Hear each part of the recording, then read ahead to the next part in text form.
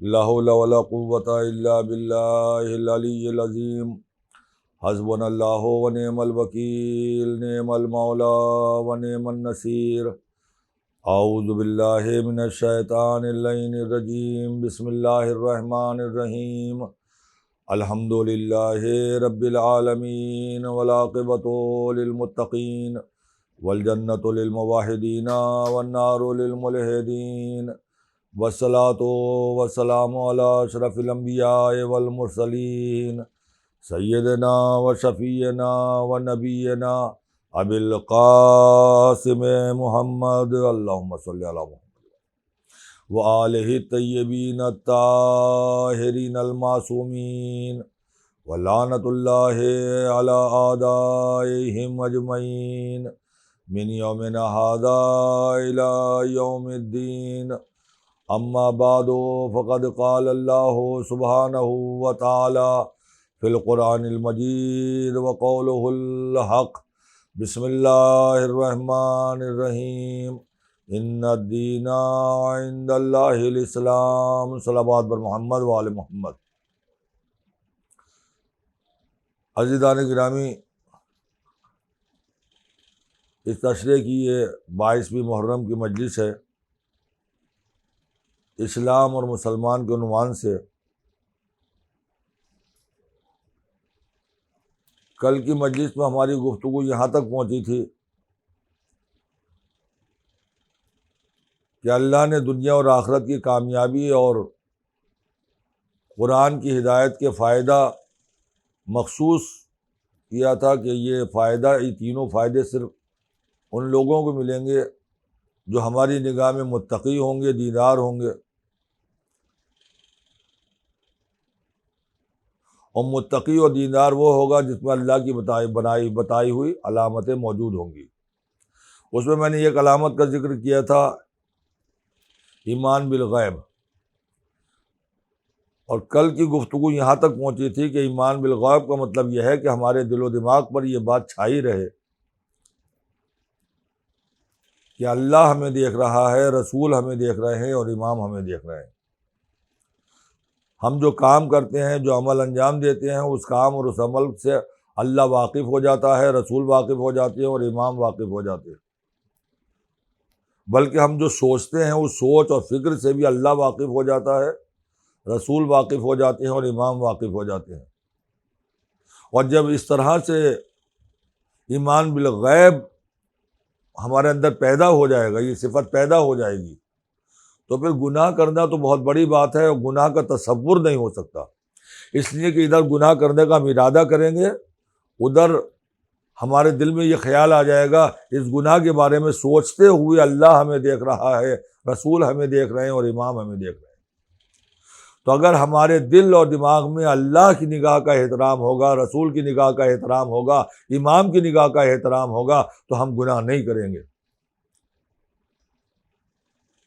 ایک بہت بڑے عالم نے ایک بہت اچھا جملہ کہا کہ ہماری قوم میں عمل خیر کا جذبہ تو بہت پایا جاتا ہے، مگر گناہوں سے بچنے کا حوصلہ نہیں پایا جاتا، اس لیے کہ عمل خیر کا ثواب ہماری قوم کو معلوم ہے، اور گناہ سے بچنے کا ثواب ہماری قوم کو معلوم نہیں ہے۔ میں نے کل کی مجلس میں بتایا تھا کہ یہ غلطی عوام کی نہیں ہے، یہ غلطی ہم لوگوں کی ہے کہ ہم نے عمل خیر کا ثواب تو بہت بتایا، یہ عمل خیر کرو اتنا ثواب ملے گا، وہ عمل خیر کرو اتنا ثواب ملے گا، لیکن ہم نے یہ نہیں بتایا کہ گناہ نہ کرو گے تو بہت زیادہ ثواب ملے گا۔ تو بہرحال گناہ سے بچنے کے لیے ایمان بالغیب کا ہونا ضروری ہے، اور یہ دل میں خیال رکھنا ضروری ہے کہ ہمیں سوچتے ہوئے بھی اللہ دیکھ رہا ہے، رسول دیکھ رہے ہیں، امام دیکھ رہے ہیں۔ ایام اذا ہیں، بڑی بڑی مجلسیں ہو رہی ہیں، اور شاید ہی کوئی شیعہ ہو جو مجلس حسین میں آنا نہ چاہتا ہو۔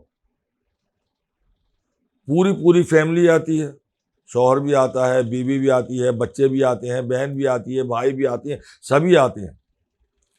یہی نہیں، نمازی بھی آتے ہیں، بے نمازی بھی آتے ہیں، روزے دار بھی آتے ہیں، روزہ کھانے والے بھی آتے ہیں، داڑھی رکھنے والے بھی آتے ہیں، داڑھی مونڈنے والے بھی آتے ہیں، پردہ کرنے والی خواتین بھی آتی ہیں، اور بے پردہ خواتین بھی آتی ہیں۔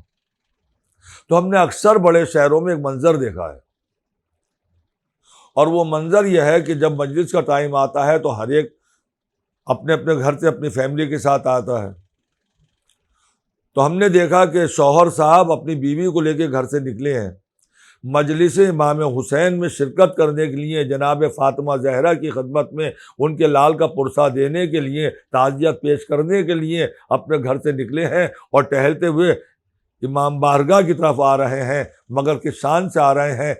شوہر کے چہرے پر داڑھی نہیں ہے اور عورت کے سر کے اوپر چادر نہیں۔ وہ آئے، جب امام بارگاہ کے قریب پہنچے تو انہوں نے اپنی اہلیہ کو ادھر بھیج دیا جہاں عورتوں کے بیٹھنے کا انتظام تھا، اور خود مردوں کی طرف آ گئے۔ ہم جو راستے بھر یہ دیکھتے ہوئے آئے تھے کہ یہ دونوں آ رہے ہیں، جب ہم نے ممبر پہ جانے کے بعد ان پہ نگاہ ڈالی تو وہ سامنے بیٹھے ہوئے تھے، تو ہم نے ان سے ایک سوال پوچھ لیا، آپ جب گھر سے چلے تھے تو تنہا تو نہیں چلے تھے، آپ کے ساتھ کوئی تھا؟ ان کا نہیں مولانا میری اہلیہ تھی۔ تو ہم نے کہا وہ کہاں گئی؟ کہ انہیں ادھر بھیج دیا جہاں عورتیں بیٹھتی ہیں۔ تو ہم نے کہا یہیں کیوں نہ بٹھا لیا، یہاں کیوں نہیں بٹھا لیا؟ کہا یہاں کیسے بٹھا لیتے؟ کہا کیوں؟ جب گھر سے چلے تھے امام بارگاہ تک آنے کے لیے تو اس وقت آپ کے دل میں خیال نہیں آیا کہ اس کے سر پر چادر نہیں ہے، بے پردہ میری بیوی کو اپنے بھی دیکھ رہے ہیں، غیر بھی دیکھ رہے ہیں، جواری بھی دیکھ رہے ہیں، شرابی بھی دیکھ رہے ہیں، محلے کے بدماش بھی دیکھ رہے ہیں، تو آپ کے دل میں آپ کو شرم نہیں آئی، غیرت نہیں آئی، حیا نہیں آئی؟ یہ تو سب امام حسین علیہ السلام کے چاہنے والے ہیں، یہ تو سب وفادار ہیں، یہ حسین کا ماتم کرنے والے ہیں، یہ آپ کی اہلیہ کو غلط نگاہ نہیں ڈالیں گے۔ جب وہاں آپ کو شرم و غیرت نہیں آئی تو یہاں بٹھانے میں کیا حرج تھا؟ ارے مولانا یہاں کیسے بٹھا لیتے؟ اگر یہاں ہم لے کے بیٹھ جاتے تو لوگ کیا کہتے؟ اے ہے میرے عزیزوں، میرے دوستوں، میرے بزرگوں، مجھے یہی نقطہ پکڑنا ہے، مجھے اسی نقطے پر آپ سے گفتگو کرنا ہے۔ لوگ کیا کہتے؟ یعنی لوگوں کی نگاہوں کا احترام ہے، لوگوں کی نگاہوں کا احترام ہے، مگر خدا کی نگاہ کا احترام نہیں ہے، رسول کی نگاہ کا احترام نہیں ہے، امام کی نگاہ کا احترام نہیں ہے۔ اگر ایمان بالغیب پیدا ہو جائے گا تو لوگوں کی نگاہوں کا خیال نہیں کرو گے، بلکہ خیال یہ کرو گے خدا ہمیں دیکھ رہا ہے، رسول ہمیں دیکھ رہے ہیں، اور امام ہمیں دیکھ رہے ہیں۔ میں ممبر کو بیٹھا ہوں مجلس پڑھنے کے لیے، میرے سر پہ امامہ ہے، دوست پہ عبا ہے، قبا ہے، لباس ہے پورا، تو میں ممبر پر بیٹھا ہوا ہوں۔ لیکن عزیزان گرامی مجھے بتاؤ، میرے دوستوں مجھے بتاؤ، میرے بزرگوں مجھے بتاؤ، اگر میں بنیان اور تہمت باندھ کے ممبر پہ بیٹھوں تو کسی نے کوئی پابندی لگائی ہے؟ نہیں، نہ شریعت کی طرف سے کوئی پابندی ہے، نہ مذہب کی طرف سے کوئی پابندی ہے، نہ آپ لوگوں کی طرف سے پابندی ہے۔ تو میں بنیان پہن کے اور تہمت باندھ کے ممبر پر بیٹھوں یا نہ بیٹھوں؟ نہیں بیٹھوں گا۔ بیٹھ سکتا ہوں یا نہیں بیٹھ سکتا؟ کہ بیٹھ سکتے ہیں مگر بیٹھیں گے نہیں، میں بیٹھوں گا بھی نہیں۔ کیوں؟ اس لیے کہ اگر میں اس طرح سے ممبر پہ بیٹھوں گا تو لوگ کیا کہیں گے؟ یعنی میری نگاہ میں آپ کی نگاہوں کا احترام ہے، مگر خدا کی نگاہ کا احترام نہیں ہے، رسول کی نگاہ کا احترام نہیں ہے، امام کی نگاہ کا احترام نہیں ہے۔ میں نے اپنے کو مثال میں اس لیے پیش کر دیا تاکہ کسی بھائی کو اور کسی بہن کو تکلیف نہ پہنچے کہ مولانا ہمارے لیے کہہ رہے ہیں۔ تو بے پردہ خاتون اگر ہے تو لوگوں کی نگاہوں کا احترام کیوں کرتی ہیں؟ اللہ کی نگاہ کا احترام کریں، رسول کی نگاہ کا احترام کریں، امام کی نگاہ کا احترام کریں۔ ایسے شوہر جو اپنی بیوی کو بغیر چادر کے نامحرموں کے درمیان لے کر آتے ہیں، ایسے ہی شوہروں کے لیے رسول خدا کی حدیث ہے، مشہور حدیث ہے، رسول نے کہا ملعون ہے، ملعون ہے، ملعون ہے۔ ملعون کا مطلب کیا ہے؟ ملعون کا مطلب یہ ہے ان شوہروں پر خدا کی لعنت ہے، لعنت ہے، لعنت ہے۔ کن شوہروں پر خدا کی لعنت ہے؟ کہا ان شوہروں کو پر خدا کی لعنت ہے کہ جو اپنی بیوی کو بغیر چادر کے نامحرموں کے سامنے آنے کی اجازت دیتے۔ دوسری جگہ ارشاد فرمایا جب کوئی شوہر اپنی بیوی کو نامحرموں کے سامنے بغیر چادر کے جانے کی اجازت دیتا ہے تو وہ جتنے قدم اٹھاتی ہے ہر قدم پر شوہر کے نام کا ایک گھر دوزخ میں بنتا ہے۔ وہ تمام مرد سوچیں جو اپنی بیوی کو بغیر چادر کے نامحرموں کے سامنے جانے کی اجازت دیتے ہیں، جب ہر قدم پر ایک گھر دوزخ میں بننا ہے تو میرے دوستوں ذرا سوچو، جب ہر قدم پر ایک گھر بنتا ہے تو اب تک آپ کی بیوی نے کتنے، اگر نامحرموں کے سامنے آپ اجازت دیتے ہیں بغیر چادر کے جانے کی، تو اب تک دوزخ میں آپ کے کتنے گھر بلکہ پورے پلاٹ تیار ہو چکے ہوں گے۔ نامحرموں سے پردہ کرنا واجب ہے۔ نامحرم کسے کہتی ہیں، محرم کسے کہتی ہیں؟ ہمارا سماج تو کچھ اور بتاتا ہے، مگر شریعت کی نگاہ میں محرم اور نامحرم کوئی اور ہوتا ہے۔ ہمارا سماج یہ کہتا ہے کہ چچا زاد بہن، ماموں زاد بہن، خالہ زاد بہن، بھائی کی بیوی جسے بھابھی کہا جاتا ہے، یہ سب محرم، ان سے پردہ کیسے ہو سکتا ہے؟ گھر کے لوگ ہیں. مگر شریعت کی نگاہ میں یہ سب نامحرم ہیں، ان سے پردہ کرنا واجب ہے. میں ایک جملہ بتاؤں گا تاکہ اس گفتگو میں تمام کر دوں کہ محرم اور نامحرم کے درمیان ایک ہی فرق ہے. اگر یہ جملہ آپ یاد رکھیں گے تو زندگی بھر کسی عالم کے پاس جانے کی ضرورت نہیں پڑے گی کہ محرم کون ہے اور نامحرم کون ہے.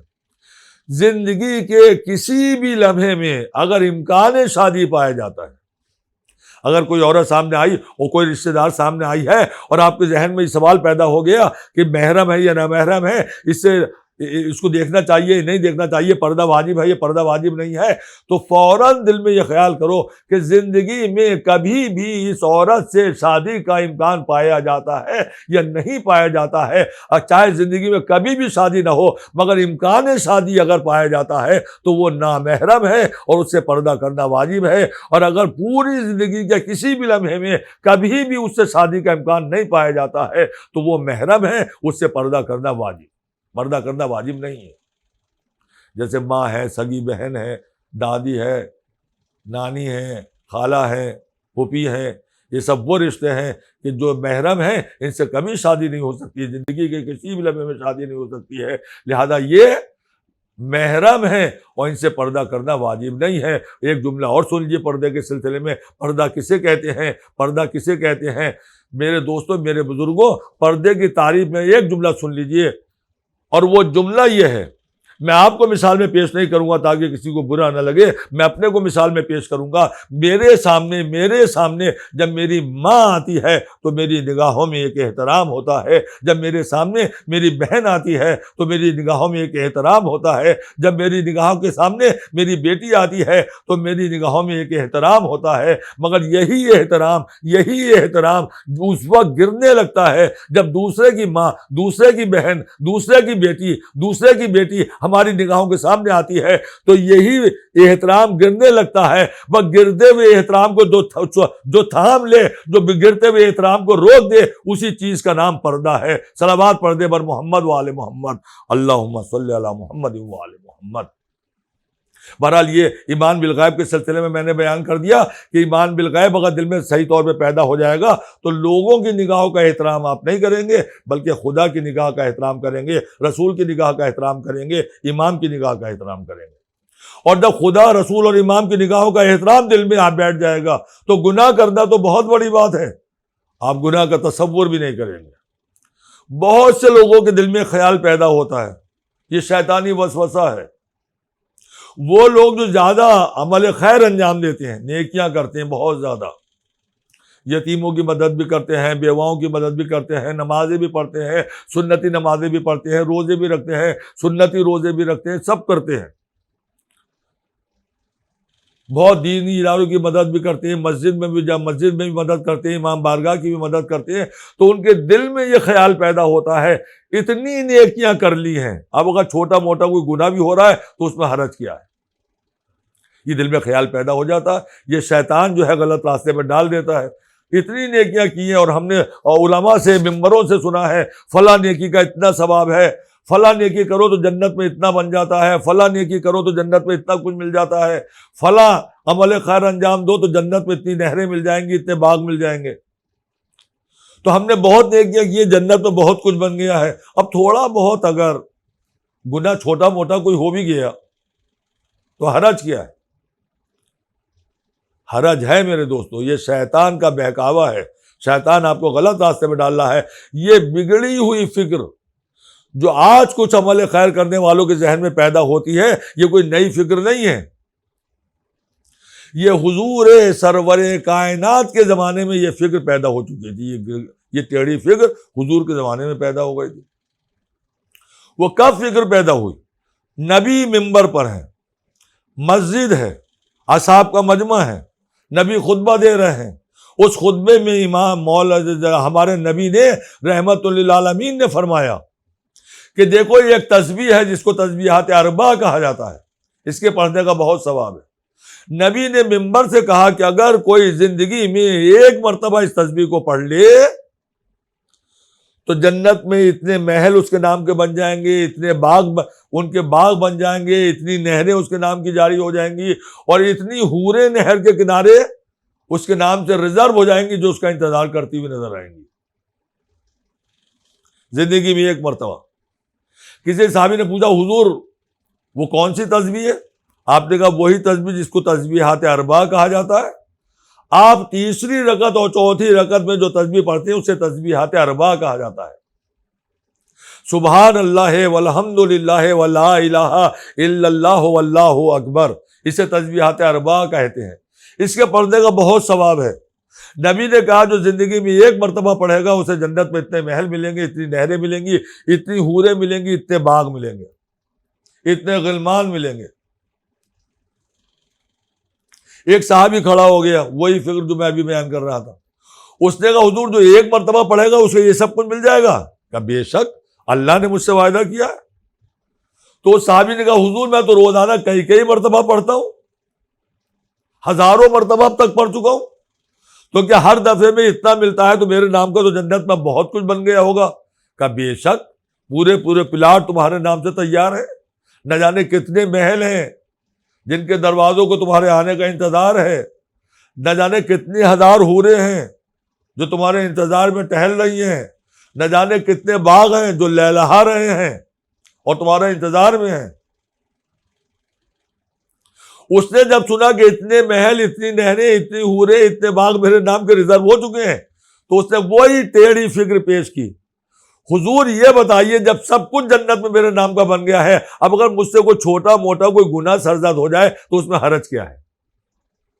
نبی مسکرائے اور مسکرانے کے بعد کہا پہلے میرے کچھ سوالوں کا جواب دو، ادھر آ جاؤ. آگے بلایا اور آگے بلانے کے بعد کہا جو کچھ میں تم سے سوال کرنا چاہتا ہوں اس کا جواب دے دو. کہ حضور پوچھے جو پوچھنا چاہتے ہیں. تو نبی نے اس شخص سے کہا کہ یہ بتاؤ میں ایک باغ لگانا چاہتا ہوں، ایک باغ لگانا چاہتا ہوں. کہ حضور لگا لیجیے. کہ نہیں، جس زمین پہ میں باغ لگانا چاہتا ہوں، دشواری میرے لیے یہ ہے کہ جس زمین پہ میں باغ لگانا چاہتا ہوں وہ زمین بنجر ہے، پتھریلی زمین ہے، قوت نمو اس میں نہیں ہے، مردہ ہو چکی ہے زمین. تو حضور اس میں تو بہت مشکل ہوگا، مگر میں تو اسی جگہ باغ لگانا چاہتا ہوں، مجھے کیا کرنا پڑے گا؟ حضور کئی سال تک اس نے جواب دیا محنت کرنی پڑے گی. کہا کیا محنت کرنی ہوگی؟ بولا اس نے کہا کہ زمین کے اندر آپ کو پانی ڈالنا ہوگا، اور پانی سے جب زمین نرم ہو جائے تو اس کے اندر جو پتھر ہیں ان پتھروں کو نکال کے باہر کرنا ہوگا. پھر اس زمین کے اندر کھاد ڈالا جائے گا کیونکہ وہ زمین مردہ ہو چکی ہے، زندہ ہو جائے اور اس میں قوت نمو پیدا ہو جائے. کبھی کھاد ڈالیں گے، کبھی کھودیں گے، کبھی ہل چلائیں گے. کب تک؟ کئی سال لگیں گے. حضور مردہ زمین کو زندہ کرنا آسان کام نہیں ہے. اچھا کئی سال تک ہم نے خدمت کی، اب زمین میں قوت نمو پیدا ہو گئی، مردہ زمین جو تھی وہ زندہ ہو گئی. پہلے اس میں دانا ڈالتے تھے، دانا گل کے ختم ہو جاتا تھا، اب اس میں اتنی طاقت آ گئی ہے کہ ہم دانا ڈالیں گے تو پودا بن کے سامنے آ جائے گا. کہا ٹھیک ہے، ہم نے کئی سال تک خدمت کر لی، اب زمین میں طاقت پیدا ہو گئی، اب کیا کریں؟ کہا حضور جس چیز کا آپ باغ لگانا چاہتے ہیں اس کا بیج اس میں بو دیجیے، لگا دیجیے. کہا پھر کیا ہوگا؟ کہا کچھ دن تک زمین بالکل برابر نظر آئے گی، لیکن کچھ دن کے بعد میں اس زمین کا سینہ چاک کر کے ننھے پودے اس کے اندر سے نکلیں گے. کہا کیسے ہوں گے پودے؟ کہا ننھے 2 پتے اس کو ہوں گے اور زمین کا سینہ چاک کر کے باہر آئیں گے. اس کے بعد کیا ہوگا؟ کہا اس کے بعد تو حضور بہت محنت کرنی پڑے گی. کہا وہ کیا ہے؟ کہا جب زمین کو ضرورت ہوگی تو پانی دینا پڑے گا، جب ضرورت ہو تو کھدائی کرنی پڑے گی، جب ضرورت ہو تو اس میں کھاد ڈالنا پڑے گا. یہ ننھے پودے آہستہ آہستہ بڑھنے شروع ہوں گے، اور ان بڑھتے ہوئے پودوں کو جانوروں سے بچانے کی ضرورت ہے، موسم سے بچانے کی ضرورت ہے. گرمی سے بچاؤ، سردی سے بچاؤ، برسات سے بچاؤ، اولا باری سے بچاؤ. ان ساری چیزوں کا انتظام کرو. جب کھاد کی ضرورت ہو کھاد ڈالو، جب پانی کی ضرورت ہو پانی ڈالو، جب کھدائی کی ضرورت ہو کھدائی کرو. اتنی محنت کریں گے. پھر کیا ہوگا؟ کہا یہ پودا آہستہ آہستہ آہستہ آہستہ بڑھنا شروع ہوگا. کہا جب نکلا تھا اس وقت اس پر کتنے پتے تھے؟ کہا 2 پتے تھے. جب یہ 1 سال میں کچھ بڑھ کے بڑا ہوا تو اب اس میں کتنے پتے ہو گئے؟ کہا بہت پتے ہو گئے. کہا یہ بتاؤ یہ پتے ہمیشہ اس درخت کو اور پودے پر باقی رہیں گے؟ کہا نہیں حضور، جیسے جیسے پودا بلند ہوتا رہے گا پرانے پتے سوکھ کے گرتے رہیں گے اور نئے پتے نکلتے رہیں گے. ہر سال پرانے پتے ختم ہو جاتے ہیں اور بہار کے زمانے میں نئے پتے آتی ہیں. تو نبی نے کہا یہ بتاؤ وہ پرانے پتے جو سوکھ کے گر گئے ہیں اس کا ہم کیا کریں؟ کہا پھینک دیجئے۔ کہا نبی نے کہا نہیں پھینکو مت، یہ جتنے سوکھے ہوئے پتے درخت کے اوپر سے گر رہے ہیں باغ میں سارے پتوں کو ایک جگہ پہ جمع کر لو۔ اب مجھے یہ بتاؤ، شخص سے پوچھا یہ پورا باغ کتنے سال میں تیار ہوگا؟ کہا حضور 20 سال تو لگ ہی جائیں گے پورے باغ کو تیار ہونے کے لیے۔ 20 سال تک سوکھے ہوئے پتے جو تم نے جمع کیے ہیں وہ کتنے ہو گئے؟ کہا حضور انہیں جب ایک جگہ پہ جمع کریں گے تو پورا پہاڑ بن جائے گا، پورا پہاڑ بن جائے گا۔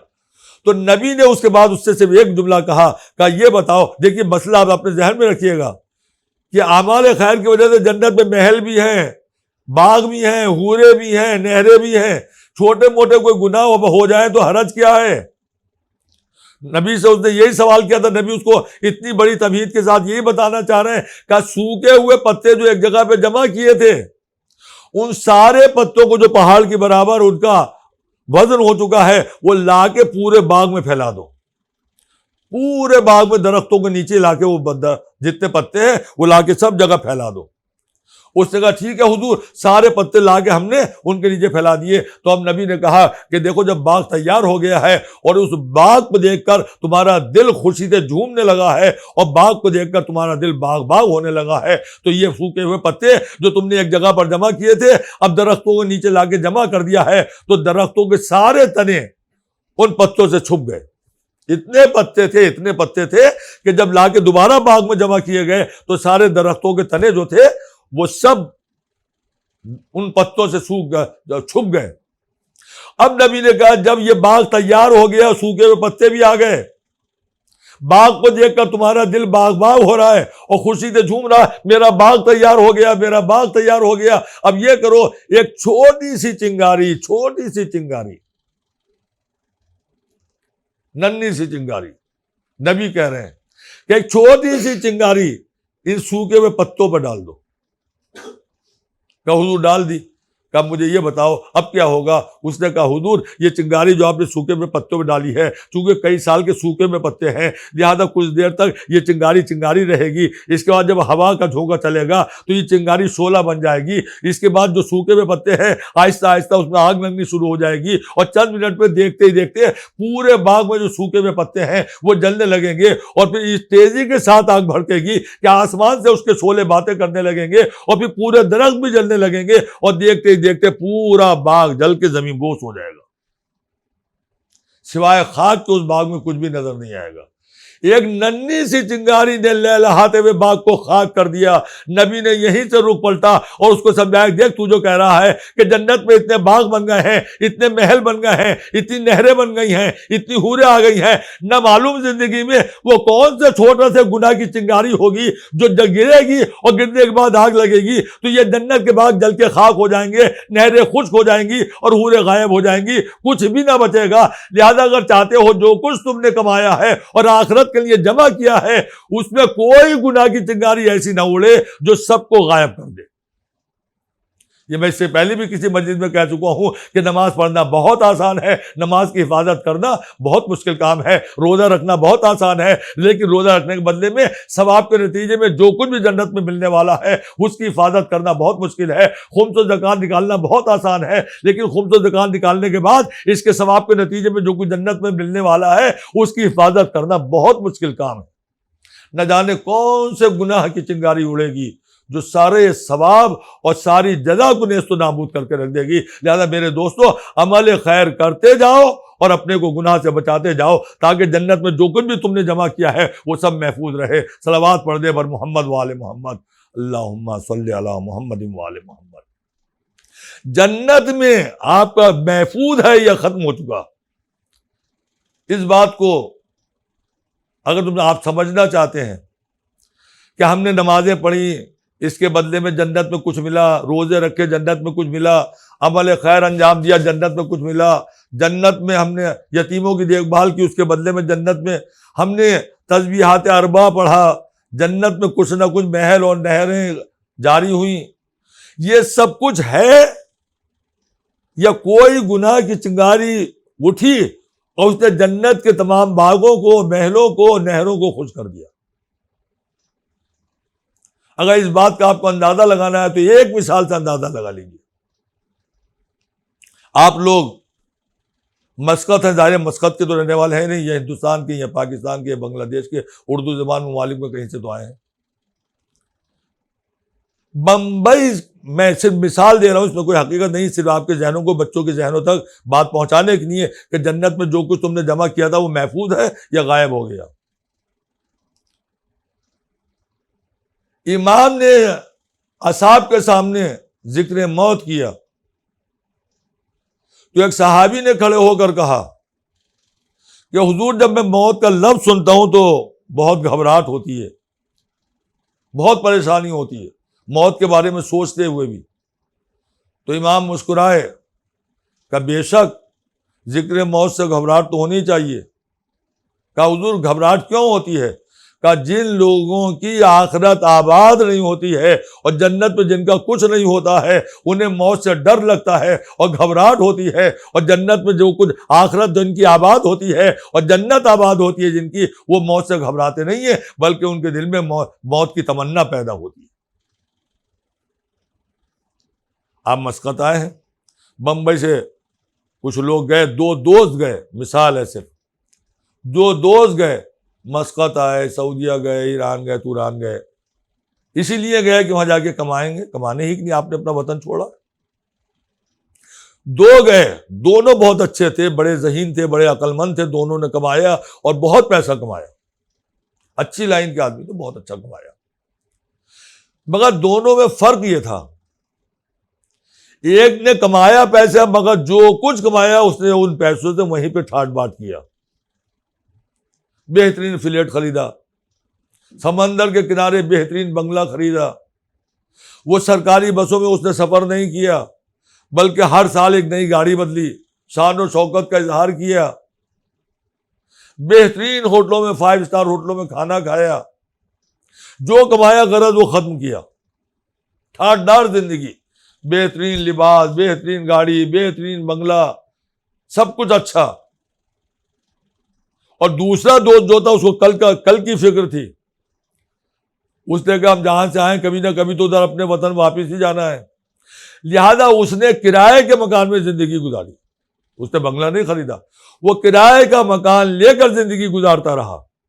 اس نے بہت زیادہ ٹھاٹ باٹ کی زندگی نہیں گزاری، بہت سادہ زندگی گزار کے اس نے پیسہ بچایا، اور پیسہ بچانے کے بعد اس نے اپنے وطن میں اس پیسے کو منتقل کیا. جب کچھ پیسہ جمع ہو گیا تو اس نے اپنے رشتہ داروں سے کہا میرا پیسہ جو جمع ہوا ہے میرے لیے ایک مکان بنانے کے لیے زمین خرید دو. انہوں نے زمین خرید لی. پھر کچھ پیسہ اس نے بھیجا اور ایک نقشہ بھی بھیجا، اس نقشے کے مطابق مکان میرا تعمیر کرا دو. وہ مکان بھی تعمیر ہو گیا. پھر کچھ اور پیسہ بھیجا، جب میں واپس آؤں گا تو مجھے روٹی روزی کے لیے کچھ کرنا چاہیے، لہذا فلاں چیز کا کارخانہ یا فیکٹری لگا دیجئے، جب میں آؤں گا تو یہی کام کروں گا. چنانچہ رشتہ داروں نے وہ وہاں سے گائیڈ کرتا رہا اور رشتہ داروں نے اس کے لیے کارخانہ اور فیکٹری بھی تیار کر دی. جب آؤں گا تو سفر کے لیے گاڑی بھی چاہیے، لہذا ایک گاڑی بھی خرید لی گئی. پھر اسے معلوم ہوا کہ رشتہ داروں میں کوئی غریب ہے، پیسہ تو تھا ہی پاس، اس کے غریب کی مدد بھی کر دی رشتہ دار کی. فلاں یتیم کی شادی ہونے والی ہے، لڑکی یتیم ہے، اس نے شادی کرائی، پیسہ بھیج دیا. کہ کوئی بیمار تھا، اس نے بیماری کے علاج کے لیے پیسہ بھیج دیا، مدد کر دی. تو سارے رشتہ دار اور وطن والے اس کے سب کے دل میں اس کی محبت پیدا ہو گئی. وہ خود کھا رہا تھا، کسی کی مدد نہیں کر رہا تھا، سگے رشتہ داروں کو بھی نہیں پوچھا تو کسی کے دل میں اس کی محبت نہیں تھی، یہ سب کی مدد کر رہا تھا. تو سب دعا مانگتے تھے یہ وطن میں واپس آ جائے، وطن میں واپس آ جائے. ایک مرتبہ حکومت نے اعلان کیا جتنے خارجی ہمارے یہاں سے چلے جائیں. راتوں رات اعلان ہوا خبردار کچھ لے کے مت جانا، جاؤ ہمارے ملک سے. یہ کئی ملکوں میں ہو چکا ہے، یوگنڈا میں ہوا، صومالیہ میں ہوا، میڈاگاسکر میں ہوا، کتنے ہی ملکوں میں ہوا کہ راتوں رات جتنے ایشیا کے رہنے والے تھے سب کو نکال دیا اور بالکل غریب فقیر ہو کے وہ لوگ نکلے. چنانچہ یہ دونوں دوست جب نکالے گئے تو اب مجھے خود بتائیے دونوں دوستوں کے دل میں کیا خیال آ رہے ہوں گے. جس نے پیسہ کمانے کے بعد وہیں خرچ کر دیا ٹھاٹ باٹ پر، اب خالی ہاتھ وہاں سے نکالا جا رہا تھا. وہ جب پلین میں بیٹھایا گیا تو ہوائی جہاز میں بیٹھنے کے بعد اس کا دل گھبرا رہا تھا، وہ اتر کے میں کیا کروں گا، میرے پاس تو ٹیکسی کر کے اپنے گھر تک جانے کے لیے پیسے بھی نہیں ہیں، میری مدد کون کرے گا، میں نے تو رشتے داروں کی کوئی مدد بھی نہیں کی ہے، تو وہ گھبرا رہا تھا میرا دم نکل جائے، مگر اس طرح سے میں اپنے وطن میں جا کے نہ اتروں۔ اور دوسرا دوست کا دل بے چین و بے قرار تھا کہ 4 گھنٹے کی فلائٹ 2 گھنٹے میں ختم ہو جائے، میں جلدی سے اتروں تاکہ اپنے رشتے داروں کو دیکھ سکوں، اپنے رشتے داروں سے مل سکوں، اپنے بہن بھائیوں سے ملاقات کر سکوں اور اپنا گھر اپنا کاروبار دیکھ سکوں۔ تو اس کا دل بے چین تھا میں جلدی سے چلا جاؤں، اس کا دل بے قرار تھا کہ میں کبھی بھی وہاں نہ جاؤں۔ تو جس کی آخرت آباد ہوگی، وطن آباد ہوگا، اس کا دل چاہے گا جلدی سے چلا جاؤں، اور جس کا وطن ویران ہوگا اس کا دل جاتے ہوئے گھبرائے گا۔ بھائی یہی حال ہے، مستقل ٹھکانہ تمہارا جنت ہے۔ اگر جنت آباد ہوگی تو موت سے گھبراؤ گے نہیں، جنت آباد ہوگی تو دل میں تمنا موت پیدا ہوگی کہ جلدی سے موت آ جائے اور میں کسی صورت سے جنت میں چلا جاؤں، وہاں جو میرے نام سے محل بنے ہوئے ہیں میں اپنے محلوں کو دیکھ سکوں، جو نہریں جاری ہیں میں نہروں کے سامنے ٹہل سکوں، جو حوریں میرے انتظار کر رہی ہیں میں اپنے حوروں سے مل سکوں۔ صلوات پڑھ دے بر محمد وآل محمد، اللہم صلی علی محمد وآل محمد۔ مگر یہاں پہ ایک نقطہ اور بھی میں واضح کر دینا چاہتا ہوں، جنت ہمیں لینا ہے، رزق کا وعدہ خدا نے کیا ہے، جنت ہمیں لینا ہے، رزق کا وعدہ خدا نے کیا ہے۔ اس دنیا میں بھیجتے وقت اللہ نے ہم سے وعدہ کیا، ہم پیدا کر رہے ہیں تو رزق بھی ہم ہی دیں گے، مگر دنیا میں تمہیں اس لیے بھیجا ہے تاکہ تم جنت حاصل کر سکو۔ تو جنت لینا ہمارا کام ہے، رزق دینا خدا کا کام ہے۔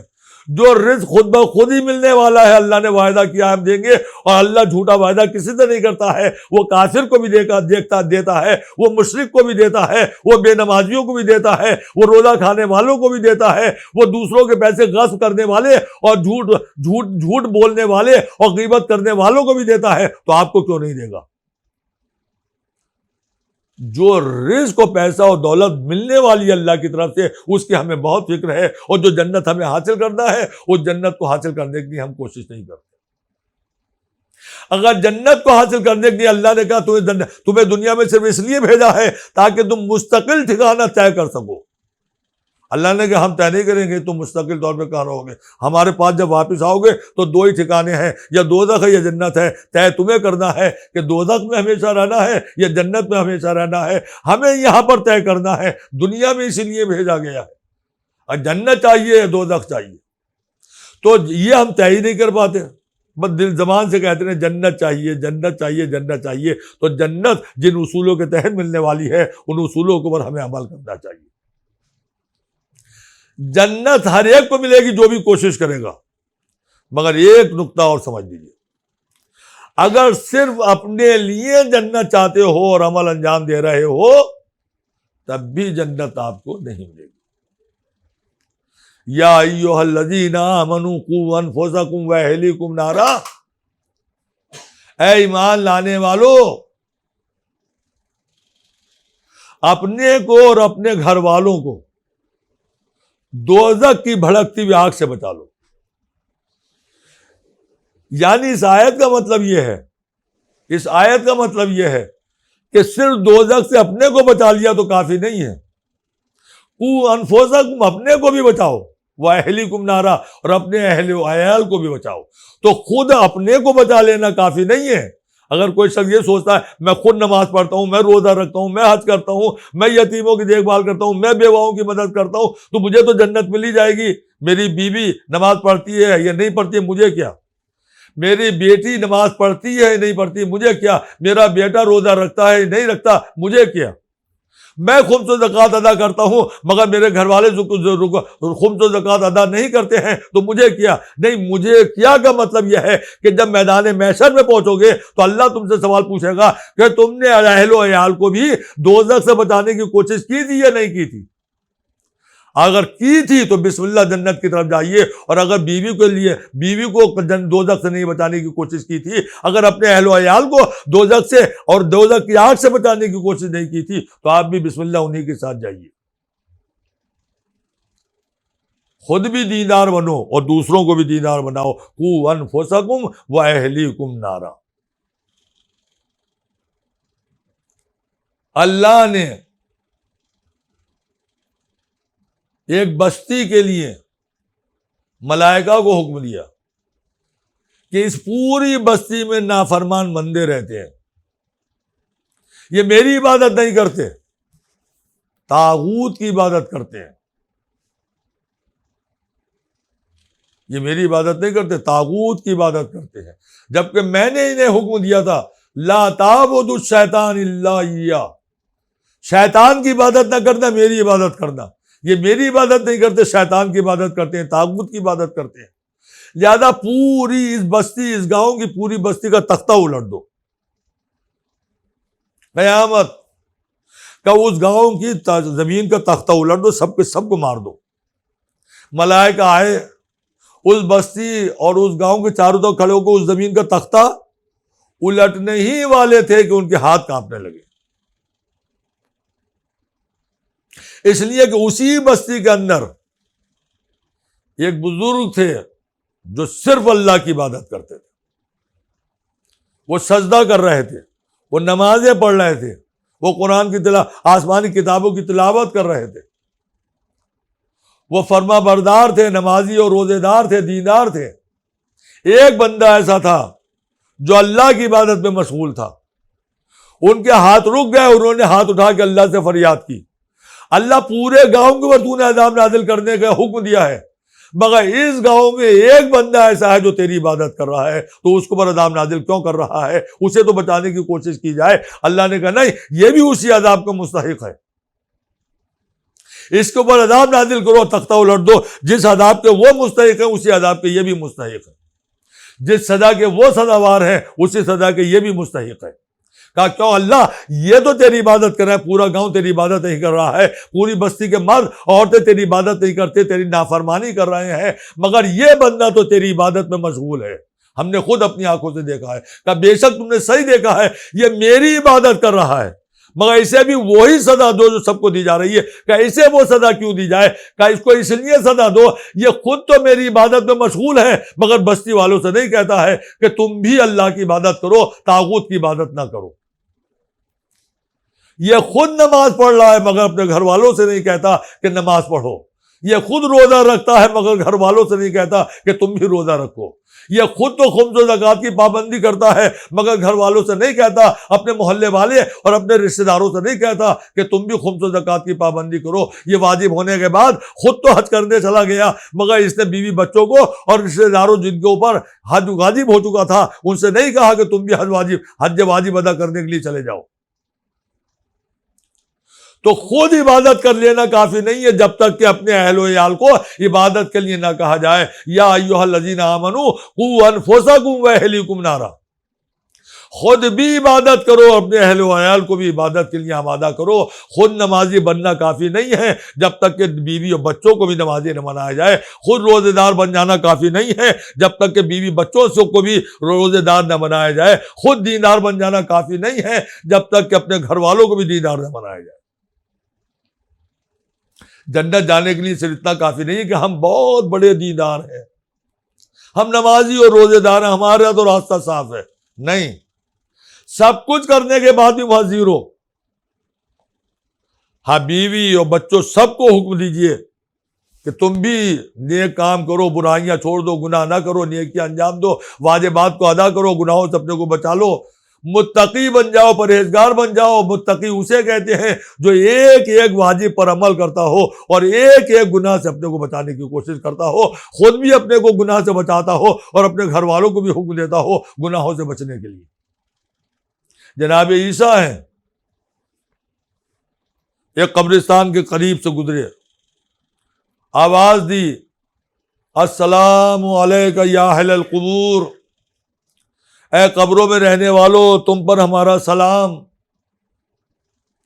بہت دیر تک کوئی آواز نہیں آئی، کچھ دیر کے بعد ایک نحیف و لاغر و کمزور سی آواز، وعلیکم السلام، تم پر بھی سلام ہو اللہ کے نبی عیسیٰ۔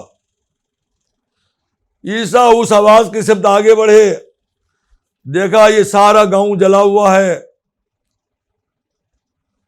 سب گاؤں جل کے خاک ہو چکا ہے، دھوئیں سے پورا گاؤں سیاہ ہو چکا ہے، جگہ جگہ پر جلے ہوئے گھر ہیں، جگہ جگہ پر عجیب و غریب عالم ہے، دھواں ہے، سناٹا ہے، تنہائی ہے۔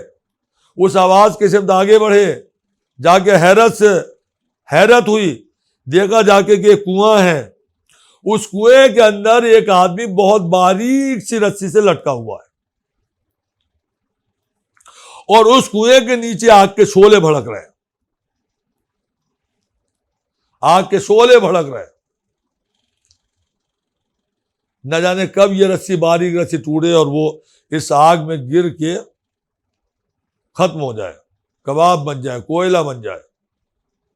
جناب عیسیٰ اس کنویں کے پاس پہنچے اور جانے کے بعد کہا، بھائی اس گاؤں پہ کیا مصیبت نازل ہوئی اور میرے سلام کا جواب سب نے کیوں نہیں دیا؟ میں نبی خدا ہوں، اگر میں سلام کروں گا تو مردے بھی بولتے ہیں، مردوں کو جواب دینا چاہیے، مگر اس گاؤں کا عالم یہ ہے کہ میرے سلام کا جواب صرف تم نے دیا اور کسی گاؤں والے نے نہیں دیا۔ اگر دنیا سے جا بھی چکے مردے ہیں تو میرے سلام کا جواب تو ملنا چاہیے تھا۔ تو اس شخص نے جواب دیا، اللہ کے نبی اے جناب عیسیٰ یہ جواب کیسے دیتے؟ اس لیے کہ اللہ نے ان کے سب کے لبوں پر مہر لگا دی ہے، بند کر دیا ہے، بول نہیں سکتے۔ کہ عذاب کیوں نازل ہوا اس گاؤں کے اوپر؟ تو اس شخص نے کہا یہ پورا گاؤں طاغوت کی عبادت کرتا تھا، اللہ کی عبادت نہیں کرتا تھا۔ میں نے کسی مجلس میں عبادت کے معنی بتائے تھے، تعمیل حکم کا نام عبادت ہے۔ اس شخص نے کنویں سے کہا کہ اللہ کے نبی اس گاؤں میں جتنے لوگ رہتے تھے وہ سب کے سب طاغوت کی عبادت کرتے تھے، اللہ کی عبادت نہیں کرتے تھے، یعنی اللہ کے حکم کی تعمیل نہیں کرتے تھے، طاغوت کی تعمیل کرتے تھے، حکم کی تعمیل کرتے تھے۔ طاغوت ہر اس شخص کو کہا جا سکتا ہے، طاغوت شیطان بھی ہے، طاغوت نمرود بھی ہے، طاغوت فرعون بھی ہے، طاغوت شداد بھی ہے، طاغوت یزید بھی ہے، طاغوت متوکل بھی ہے۔ ہر وہ شخص طاغوت ہے جو اللہ کے حکم کے مقابل اپنا حکم چلانے کی کوشش کرے، چاہے وہ حکم گھر کی چہار دیواری میں اپنی بیوی بچوں کے اوپر چلائے، چاہے بستی میں چلائے، محلے والوں پر چلائے، چاہے پورے ملک کے اوپر چلائے۔ تو جو اللہ کے حکم کے مقابلے میں اپنا حکم چلانے کی کوشش کرے وہ اس وقت کا طاغوت کہلاتا ہے۔ اور جو اللہ کی عبادت کرے، اللہ کے حکم کی تعمیل کرے، اللہ کی کہنا مانے، اللہ کی بات مان کے عمل کرے، وہ اللہ کی عبادت کرتا ہے۔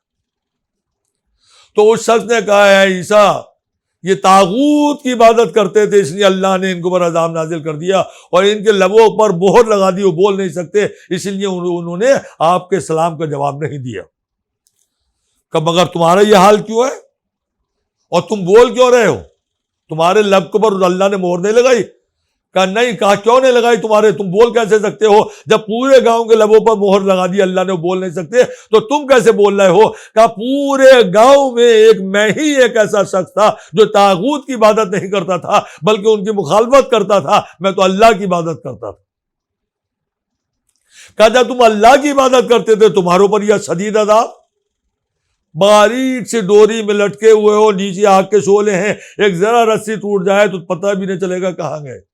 اتنا شدید عذاب تمہارے اوپر کیوں ہوا جب تم اللہ کی عبادت کرتے تھے؟ کہا میرا جرم صرف یہ ہے، میری خطا صرف یہ ہے، میرا گناہ صرف یہ ہے کہ میں خود تو اللہ کی عبادت کرتا تھا اور طاغوت کی عبادت نہیں کرتا تھا، مگر گاؤں والوں سے نہیں کہتا تھا کہ تم طاغوت کی عبادت چھوڑ دو اور اللہ کی عبادت کرو۔ چونکہ میں نے دوسروں سے نہیں کہا کہ اللہ کی عبادت تم کرو، اس لیے میرے اوپر بھی یہ سزا میرے اوپر بھی لاگو ہو گئی اور مجھے سزا دی گئی اور میرے اوپر یہ عذاب نازل ہو گیا۔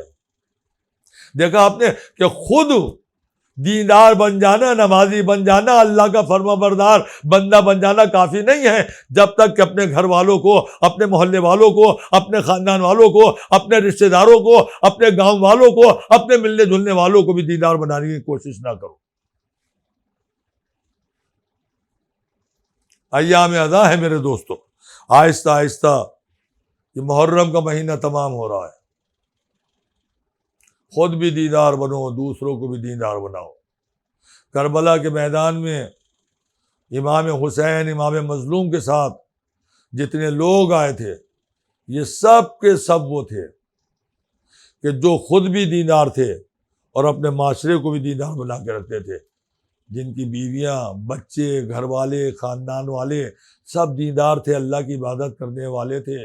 امام حسین علیہ السلام نے چن چن کے ایسے لوگوں کو کربلا کے لیے آمادہ کیا تھا جن کے ذمے کسی کا کوئی حق بھی نہ تھا، بندوں میں کسی کا کوئی حق باقی نہیں تھا۔ انہیں لے کر حسین کربلا کے میدان میں آئے تھے، اور کربلا کے میدان میں آنے کے بعد حسین نے جو 72 ساتھیوں کو بارگاہ الہی میں قربانی کے لیے پیش کیا ہے، یہ وہ لوگ تھے جن کے دامن پر برائی کا کوئی دھبا نہیں تھا، گناہ کا کوئی الزام نہیں تھا، جن کے اعمال نامے میں نیکیاں ہی نیکیاں لکھی ہوئی تھیں۔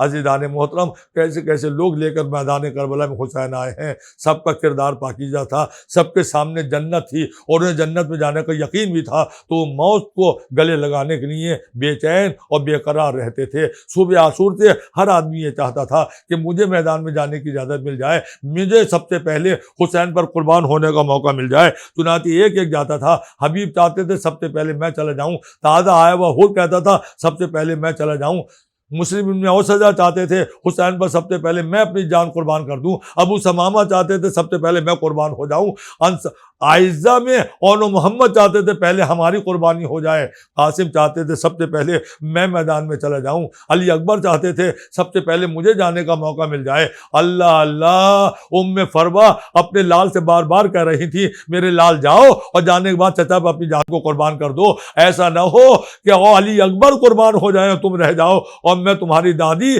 فاطمہ زہرا کے سامنے شرمندہ ہو جاؤں گی۔ جاؤ میرے لال جاؤ اور اپنے چچا سے جا کے اجازت لے لو۔ اور قاسم بار بار آتے تھے، آج میرا دل چاہتا ہے فروا کی عجیب و غریبی قربانی بس 2 منٹ میں پیش کر دوں کہ ہائے اتنا ننھا منا شہزادہ جس نے شب عاشور امام مظلوم سے کہا تھا، جب امام نے پوچھا تھا میرے لال یہ تو بتاؤ کہ تم موت کو کیسا سمجھتے ہو، تو جواب ملا تھا کہ چچا جان میں موت کو شہد سے زیادہ شیریں سمجھتا ہوں۔ امام نے اپنے لال کا ہی جواب سنا، اپنے کلیجے سے لگا لیا، لیکن جب عاشور کا دن آیا اور جناب قاسم نے اصرار کیا کہ چچا جان مجھے مرنے کی اجازت دے دیجئے، تو جب بھی قاسم قریب آئے حسین کلیجے سے لگا کے رونے لگتے تھے، ارے میرے لال قاسم، ارے میرے لال قاسم، تم تو میرے بھیا حسن کی نشانی ہو، میں تمہیں مرنے کی اجازت کیسے دے دوں؟ حسین کا دل تڑپ اٹھتا تھا، حسین نے انکار کر دیا، نہیں میرے لال جیتے جیت میں تمہیں اجازت نہیں دے سکتا، ارے تمہاری لاش کو میں کیسے اٹھاؤں گا، ارے تم میرے بھیا حسن کی نشانی ہو،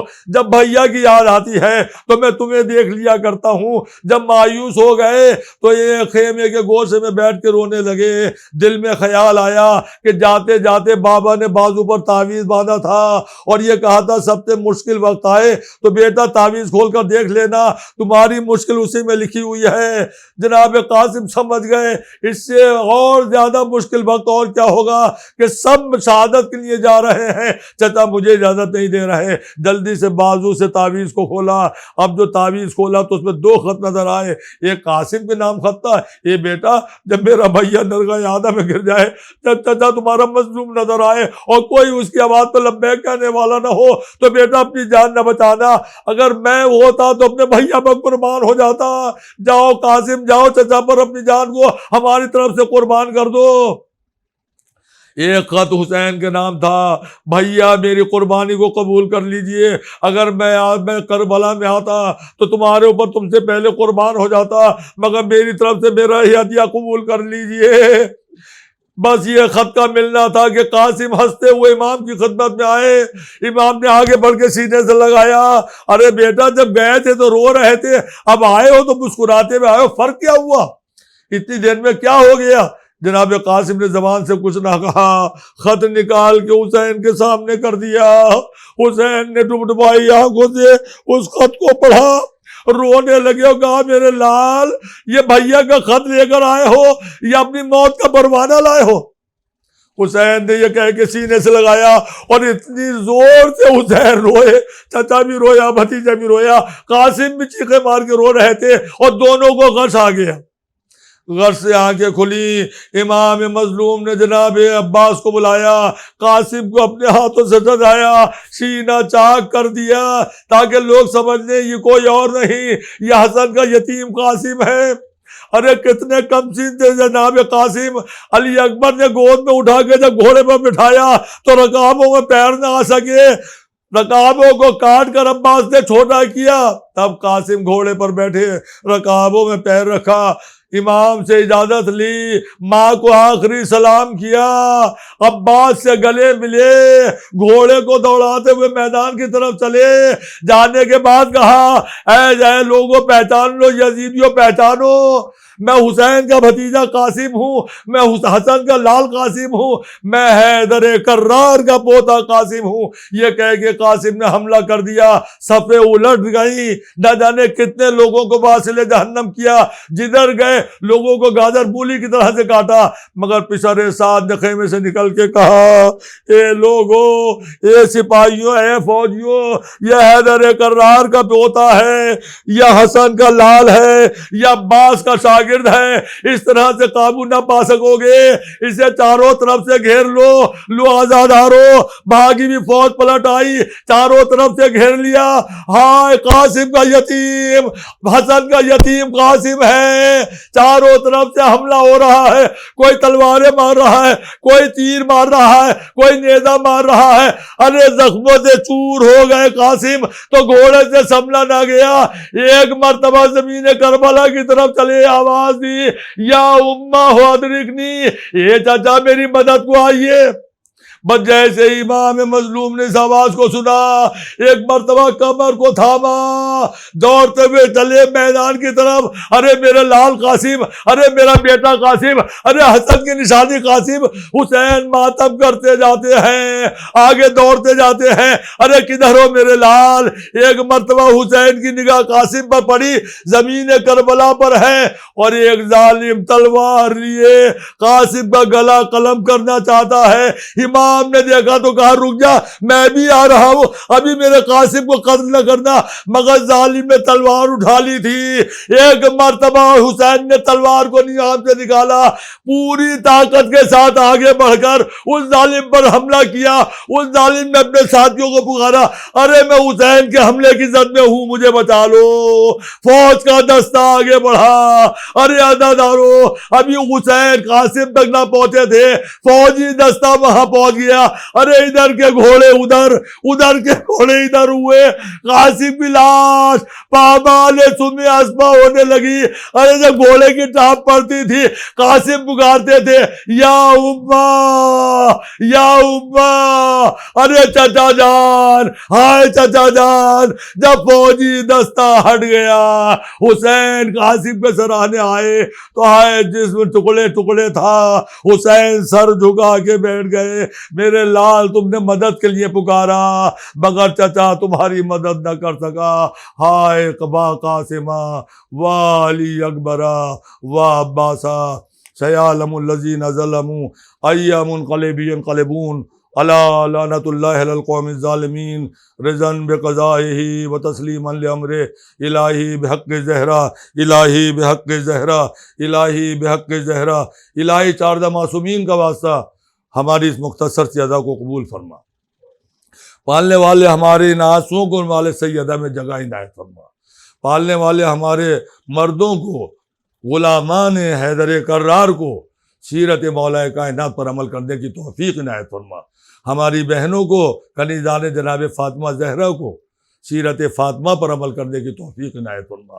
پالنے والے ہمیں عمل خیر کا جذبہ عنایت فرما, اور گناہوں سے بچنے کا حوصلہ بھی عنایت فرما. پالنے والے جو ہم سے گناہ سرزد ہوئے ہیں, ان گناہوں کو معاف کر دے, اور عمل خیر کا جذبہ عنایت فرما.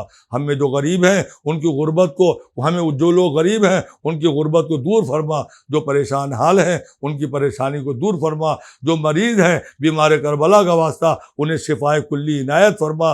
شیعان حیدر کرار کی پوری کائنات میں حفاظت فرما. امام زمانہ کا ظہور جلد از جلد فرما. ہمیں ان کے آوان و انصار میں شامل فرما.